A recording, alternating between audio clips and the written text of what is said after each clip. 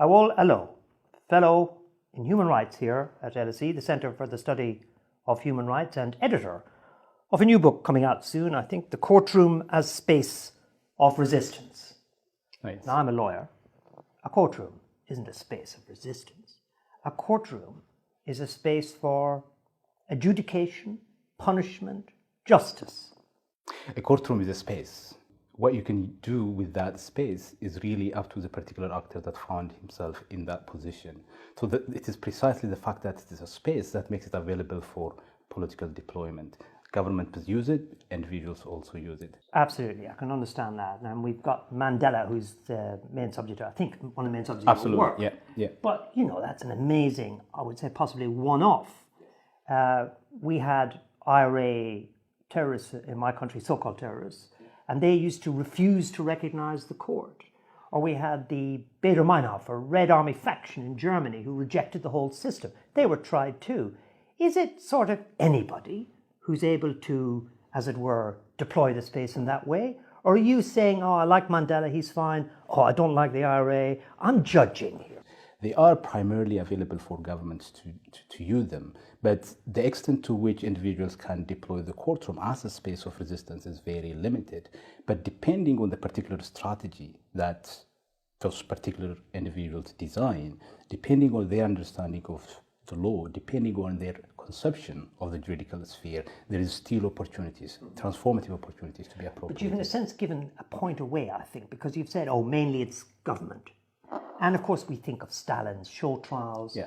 You've given up on objective fact-finding, due process, law and order, and therefore it becomes a performative event. And the governments are always going to win that. Stalin will always trump Mandela. No, not necessarily. So I think the kind of political trial that takes place within stable constitutional democracies is different from the political trial that take place within authoritarian states such as Nazi Germany or Stalinism.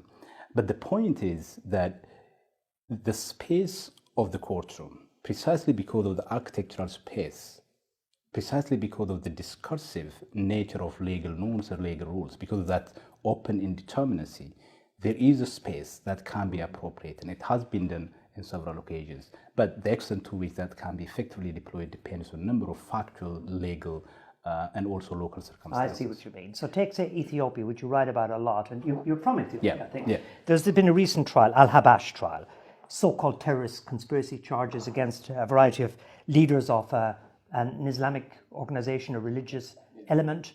You call it the most outrageous fraud imaginable. I mean, strong words for an academic. But then you use the language of, I would call it the language of human rights to explain why it is. Lack of due process, infringements of freedom of religion.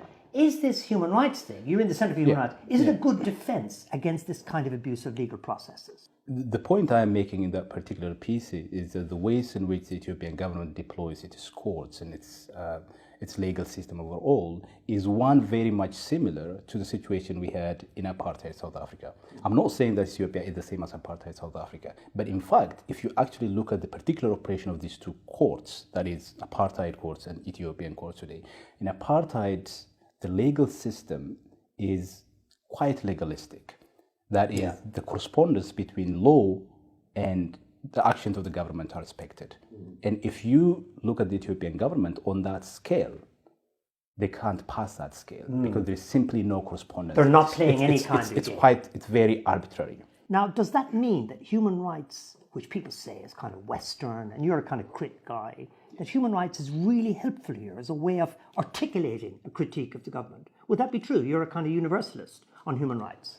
No, I wouldn't say I am universalist, but in that particular case, people are denied the basic right to defend themselves. The ways in which counter-terrorism legislations are used today is pretty much similar in their logic, in their rationality, with that of how anti-communism laws were deployed in apartheid South Africa and other parts of the world. So what I am against in that particular case is the ways in which people are denied the very basic right, due process to defend themselves in the court. So whether you articulate that in the language of human rights and something else doesn't really matter to me. So you're a kind of reluctant human rights guy here, right? Well, I would say I am interested in human rights, but I want to see it critically. Yes. So, I like the values that the Enlightenment gave us, Yeah. but not a complete affirmation of those values. But insofar as they gave us the language of human rights, the language of liberty, equality, You want to take that.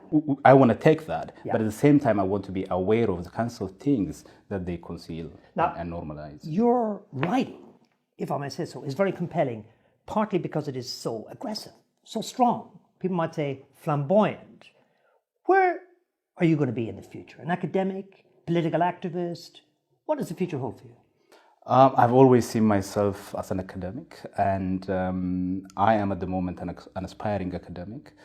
But I think the reason that I have entered into the realm of activism at the moment is what goes on in my country is simply intolerable to anyone with the right thinking mind. So it's my duty as an individual to contribute my part in terms of transforming the political process in that country.